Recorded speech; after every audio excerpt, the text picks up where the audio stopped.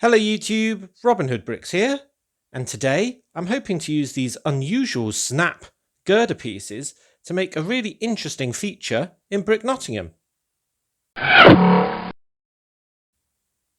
So today I thought we'd take a break from over in the second standing hole, where we've got the Battle Royale that is the second ghost-ridden subway station, and the airport where we've been doing quite a few recent videos, to go back to the old standing hole, the first one, just to do a project that was a bit shorter, quite frankly, because recent videos have been really long and taken a very long time to produce. So as part of a break, I thought I'd not do a video, but just do a shorter one that focused on these girder pieces.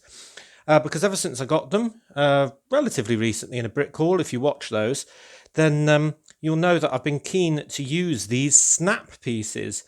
Now, Znap, which is written Z-N-A-P, was a very sort of brief project of Legos between 1998 and 1999, and it focused on a very different connection system.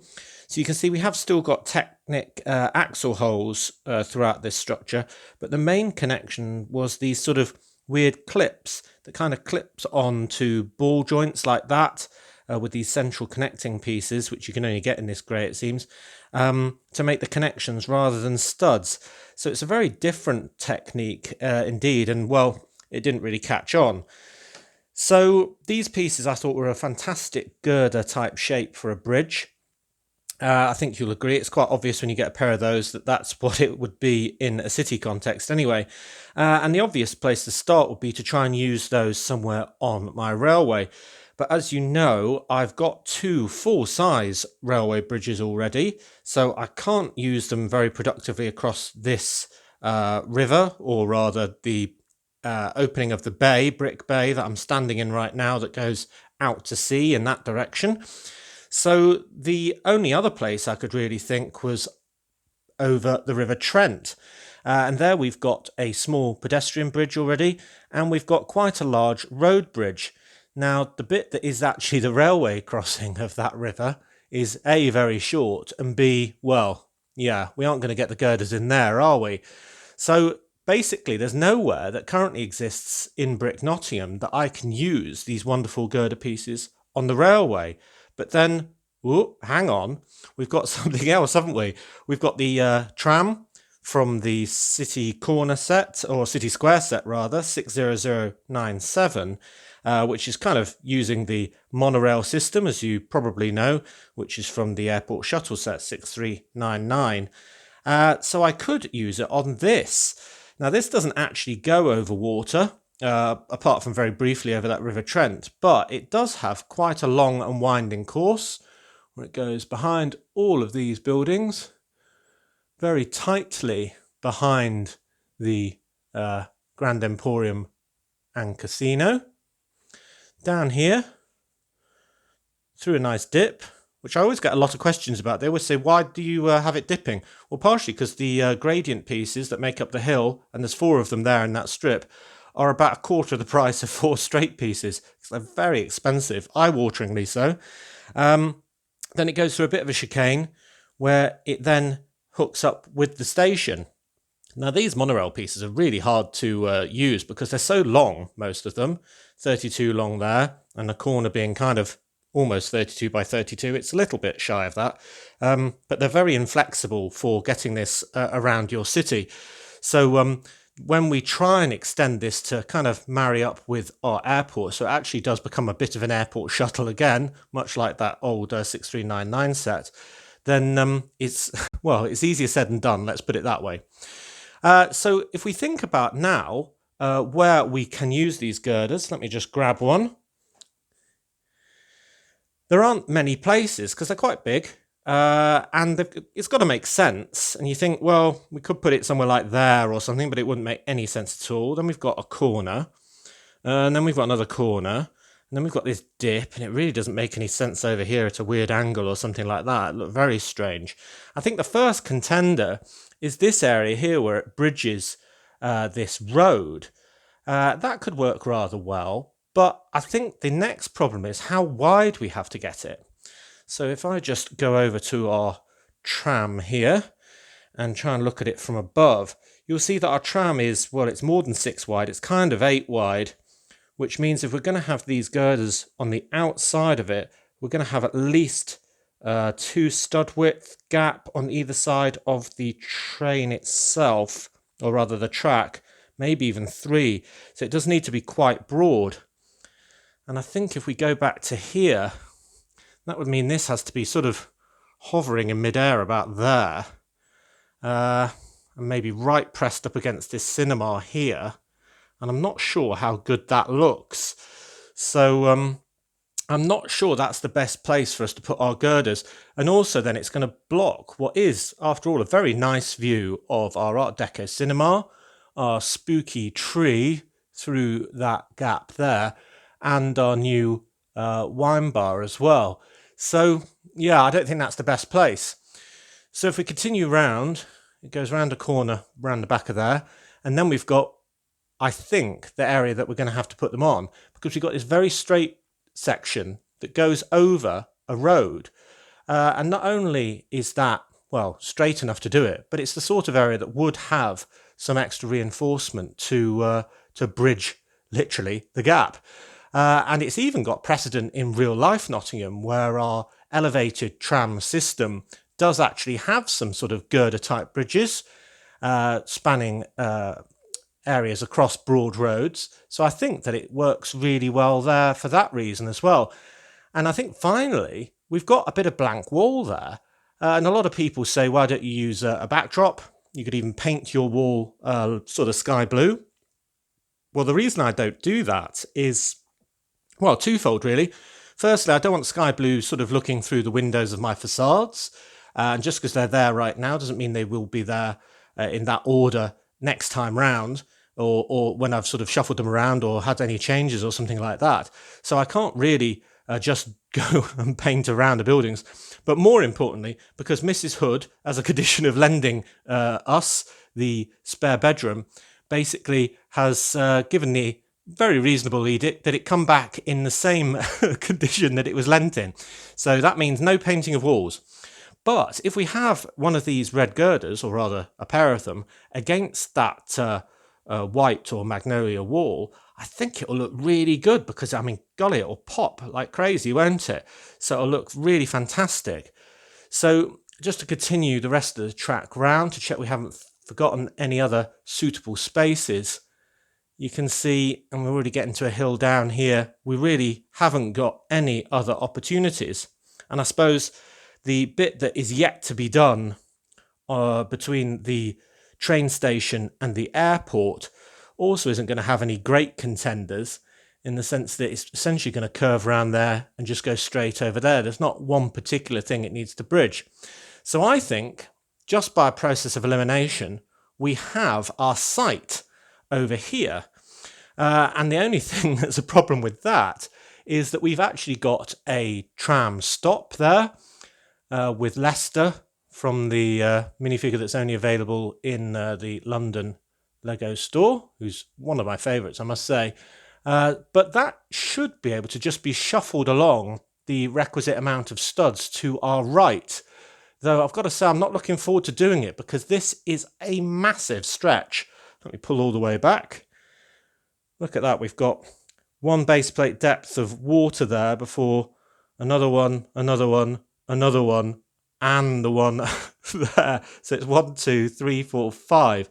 Now, if you can reach 5 base plates from a standing position, then you've got longer arms than mine. So, yeah, I'm going to give it a bit more thought and see what I need to do exactly to get this wonderful, colourful beam structure in position over there. So I've been using my trusty stepladder just to enable me to reach over here, and I have to be very careful because a lot of this area is not actually directly supported by tables, it's just supported by bricks, so I can't lean on all that, but the back section is supported by strong table tops, that's all right.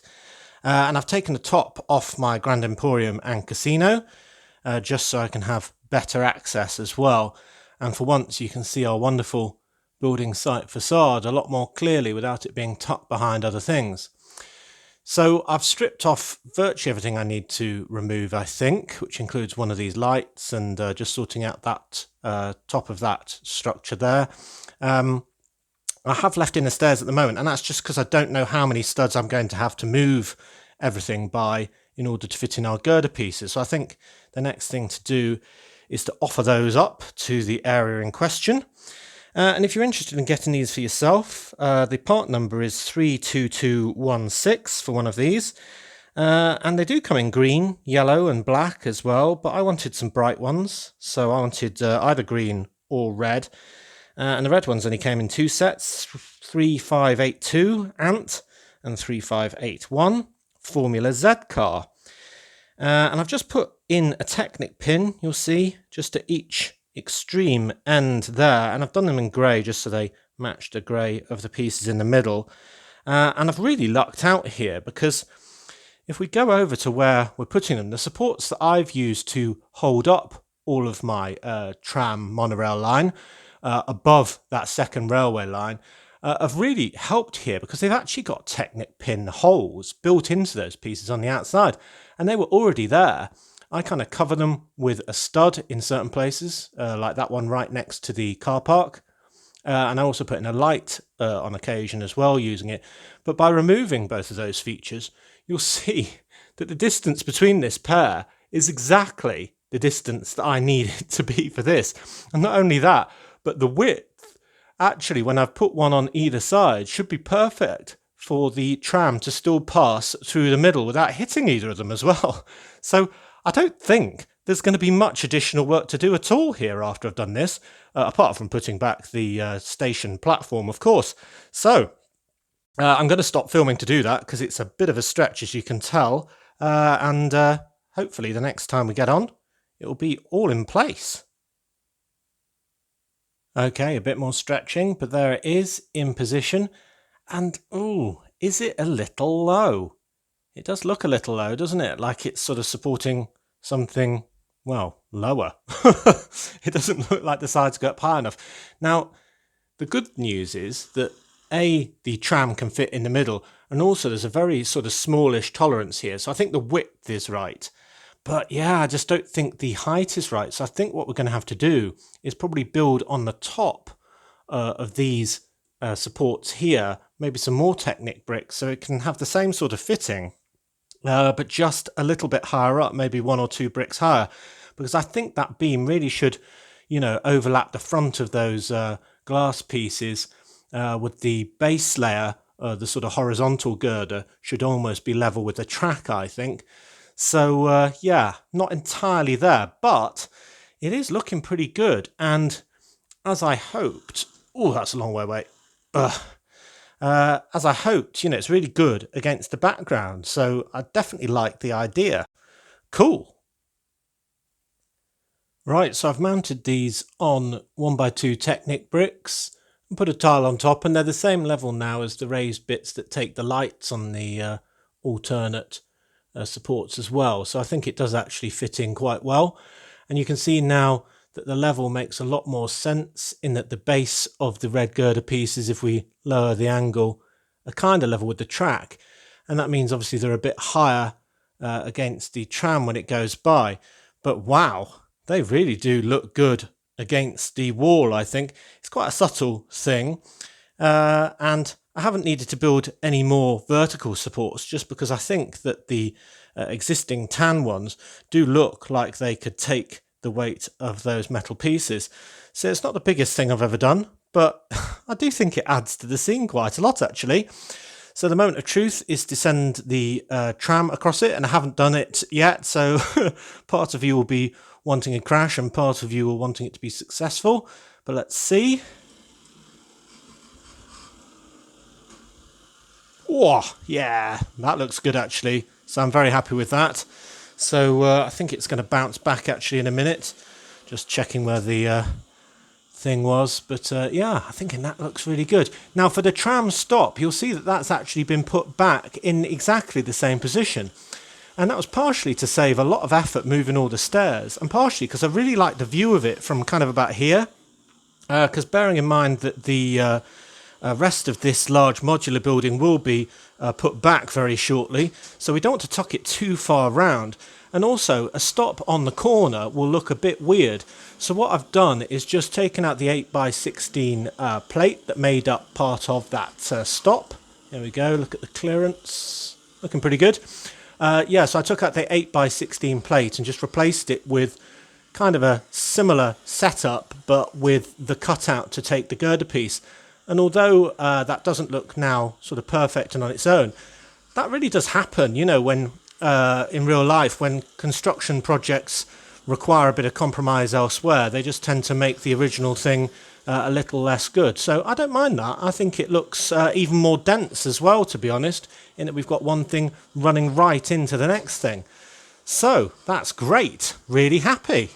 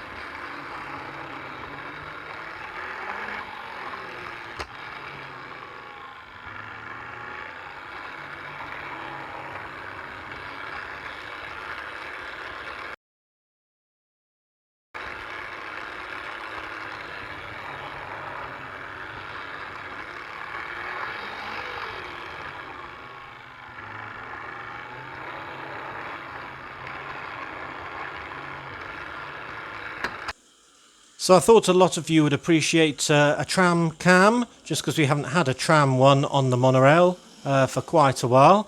But that's always good fun, and seeing that bridge from that perspective is really interesting as well. But sorry for those of you who were expecting a video at the normal time. Just so you can plan ahead, the new release time is going to be 8 hours later than the original one.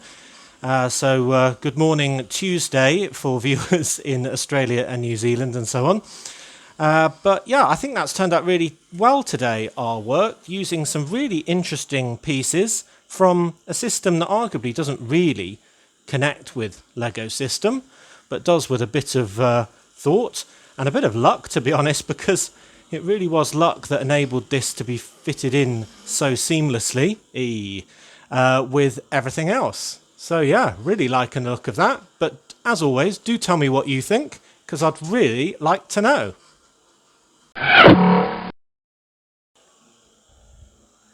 So as always, thank you very much for watching. It is appreciated. Do remember to like, comment and subscribe for more awesome Lego videos. And if you value this channel, there are many ways in which you can support it. Check out the description of the video for more details. And next time on Robin Hood Bricks, we'll be doing a haul on Wednesday. And then on Friday, we'll be doing a full city tour, because it's about 25 videos since we did the last one. And then next week, I think we'll be going back to doing part 5 of the airport, or whatever part number we're up to. Okay, see you.